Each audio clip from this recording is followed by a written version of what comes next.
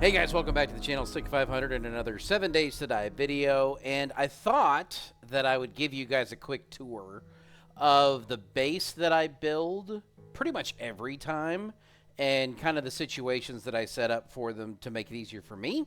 So if you're looking for just a super simple base design for traders, for your main base, for your horde base, that kind of thing. Let me show you what I do here. So this is just an 8 by 8 bottom, okay, with a set of 3 stairs going up to a main door. Inside this 8 square, we've got 2 cooking stations. We've got the chemistry station, forge, crafting station, and workbench, excuse me, and your cement mixer. Across the top, crafting box, which is pretty much that stuff. You'll notice that behind me there is an extra cloth box, just because I collect a bunch of it, and that way the cloth goes into there. And then in my forge box, anything that goes into the forge goes into there. Meds, obviously anything medication, ammo, all ammo goes into this box until we send it over to the horde base, usually on horde day. Any type of parts for tools or weapons or etc., etc., etc., all go into there. When I get enough of them, I'll either make something or sell them, as the case may be. The car box is engines and batteries and gas and oil and backup vehicles that I'm not using, and radiators for parts for some of the vehicle mods that you need a radiator for. The lights go in there, etc., etc. This is my mod box. If I have a mod for something that stacking around to add those mods to it to make it worth more, that's where they go, and then I will go forth from there. Above the first cooking pot, and that's always the first one I put down, we've got the food box and the water box. I'll usually put the water box in first and then jump all food and water in it, and as it gets full, then I'll put the second box in for food. And then right above the door, I have the sell box. All of this stuff needs to get sold to the trader. That's where the cash gets sold, etc., etc., etc. Then we get to the second floor. And the second floor is a lot easier. We have our secondary workstation, so I can do double mods. I can work on those kind of things and get that set up. And then I also have my sleeping roll. It's up here. It's inside the base. Just in case I need it, it kind of clears the area out. As you know, there's also the land claim block that's underneath me at this point. We then get to the very top floor, and if there's more people playing, then you can obviously put more floors on this, so you can put more sleeping beds on the specific floors and gain more room that way. But then up here, I've got my solar panel, which any solar panels I get goes into there to recharge the batteries, which are currently in my horde base, so I need to get them over here to get them charged for the electricity stuff that I need for my horde base.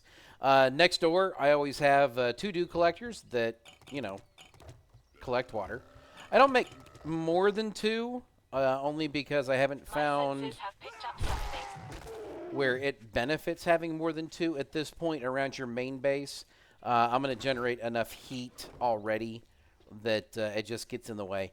The farm, obviously, it's a 10 by 10 farm plots with blocks around it just to help protect them from zombies and whatnot as we go through. You'll notice I'm right outside the initial trader. In this case, it's trader wrecked, as always. Just makes it easier when I'm running back and forth.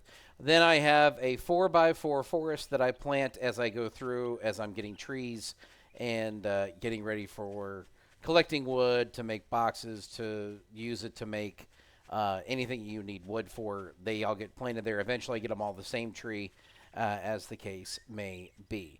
I'm now going to jump on the bike real quick and take you over to the horde base. It's kind of in its final rendition now at this point. There's still some levels where I could upgrade it overall, but pretty much this is kind of the finished product. I might add a layer of steel here, and then anywhere where the zombies can attack, I may put steel, but it's electrical fences here that go across to get to here, so that all of this becomes a freezing point all the way up. It's all concrete all the way. 13 bricks from the beginning of the stairs all the way back to here. We've got the storage box with all my ammo, my guns, experience booster that I'll use for Horde Night, medication, repair kits, etc., etc., etc. And then in the battery box, oh, those look pretty good, so I guess I don't need to charge them. Battery box connects out to the electric fences. What this switch does, where I use it for, if I notice, and I haven't had this situation happen yet in 1.0, but I still put the switch here just in case I need it. I'll connect the battery box to the switch, and then the switch, I'll put blade traps on the wall, one square up, so that there's one square that they don't hit, and then where they do attack. So if there are zombies attacking the walls here, I can hit that switch. They'll get damaged, and they'll get out of destroy everything mode and come back up and go through the fight. I'll also occasionally build all the way around here in concrete. I may go out as far as here just to make this a little more stable. But in general, that's where all of this sits. So now we're going to head off to another base that I have made. And this... Ah, there it is.